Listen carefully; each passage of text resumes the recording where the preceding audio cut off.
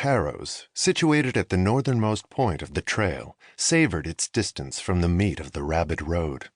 It was easily the most affluent town in both counties. The homes of Harrow's were larger, often constructed of stately stone, some with as many as 10 bedrooms. The garden yards were as wide as the fabled trail itself, some roofs as high as the willows.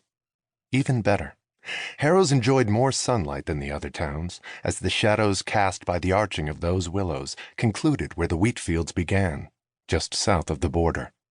Sunny and secluded, remote and rich, Harrow's was a very desirable place to live. But that didn't preclude its citizens dying. John Bowie found this out the bad way. "One of a kind," Carol Evers said, standing beside her husband Dwight, looking into the open grave of her friend John Bowie. The tears in her eyes reflected the unboxed man below. One of Harrow's most likable men, Bowie was a very funny thinking man who added to every affair he attended. His lively eyes often smiled behind his thick glasses, and his ceaseless appetite was welcomed by all who had spent an afternoon cooking for a party. John Bowie was a good man. John Bowie was a fun man. John Bowie was also a homosexual who posed no threat to Dwight Evers, Bowie being the closest friend Carol had. For this, Bowie was the only person outside her husband whom Carol had told of her lifelong condition. It wasn't an easy thing for her to reveal, and yet it had come out of her so easily one clear evening on the back porch of her and Dwight's home.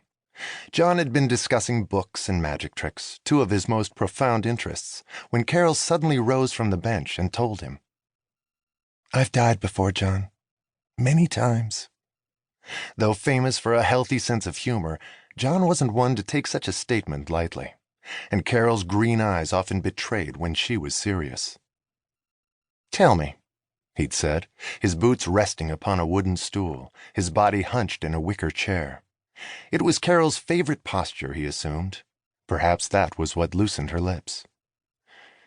"Tell me about every single time."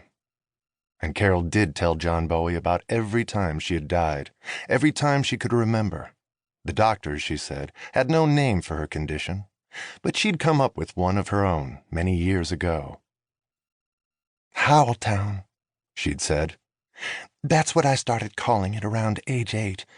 I guess I was influenced by the names of the trail towns, the only places I knew of, and it is something of a town, to me. No sheriff, of course, no boardwalk, no bank, no booze, no nothing. But it's a place here on the trail all the same, even if I'm the only one who visits." She had paused. John noticed an odd combination of expressions on her face.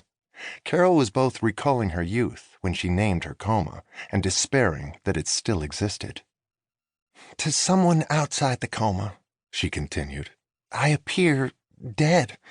Hardly a heartbeat, far from fogging a mirror, and a pulse as slow as a slug. There's no light in there, John. I can hear the world around me, but I can't move. And the wind in there, it howls. So, Howltown. Pretty neat, huh?" She told John how afraid she once was of the isolation of the coma, how her mother Hattie's constant tinkering in the workroom acted as an anchor to reality. "Without Hattie, I'd have broken in there, gone mad." She told him of the hoarse breathing that acted as music in Howltown, and how Hattie said it must be Carol's own. She told John about the falling sensation, too. "From the second it starts, I'm falling. I fall into the coma, and I don't touch ground until I wake." John could see the relief in the face of his brilliant friend as she spoke. Carol, John knew, hadn't told anybody but Dwight. She was embarrassed over it, he surmised, convinced that her condition would be considered a burden and send most running. Carol had intimated that someone had run from her before. John listened closely and had ideas of his own. And as he spoke, Carol realized why she had suddenly decided to confide in someone other than her husband. It wasn't only for safety's sake, though that played a major part, for what if Dwight were to die while Carol was inside the coma? Who would know that she still lived? But telling John Bowie had just as much to do with Carol's desire to hear what he thought of it. John had many things to say, John was as bright as Howltown was dark. And now John Bowie was dead.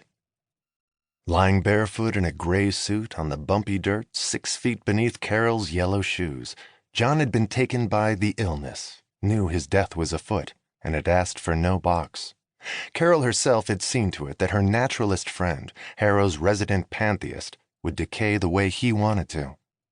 Directly into the dirt.